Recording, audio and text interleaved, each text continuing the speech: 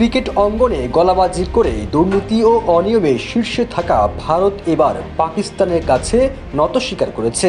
জার্সিতে চ্যাম্পিয়ন্স ট্রফির আয়োজক হিসেবে পাকিস্তানের নাম লিখতে আপত্তি জানায় ভারত। এ নিয়ে পাকিস্তানে করা প্রতিবাদের মুখে শেষ পর্যন্ত ভারত নরম সুরে সম্মতি দিয়েছে।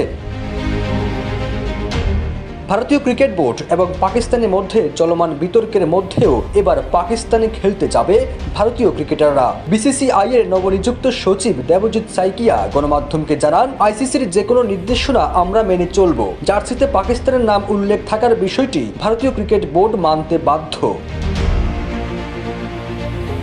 1996 সালের পর প্রথমবারের মতো পাকিস্তানে আইসিসি এই ইভেন্ট হবে। পাকিস্তানের 3টি ভেন্যু ও দুবাই মিলিয়ে আয়োজন হবে এই প্রতিযোগিতা। তবে আয়োজক হিসেবে পাকিস্তানের নামই থাকবে।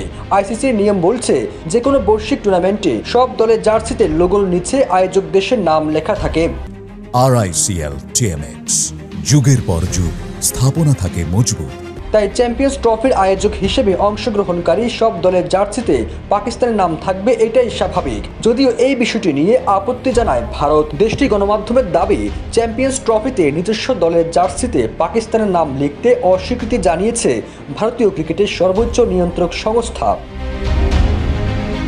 আগামী 19 ফেব্রুয়ারি পাকিস্তান নিউজিল্যান্ড ম্যাচ দিয়ে শুরু হবে চ্যাম্পিয়ন্স ট্রফির নবম আসর। পাকিস্তানের সঙ্গে এই গ্রুপে রয়েছে ভারত, বাংলাদেশ ও নিউজিল্যান্ড। 20 ফেব্রুয়ারি বাংলাদেশের বিপক্ষে ম্যাচ দিয়ে ভারতের টুর্নামেন্টের যাত্রা শুরু হবে। আর 23 ফেব্রুয়ারি দুবাইতে হবে ভারত পাকিস্তানের হাই ভোল্টেজ ম্যাচ।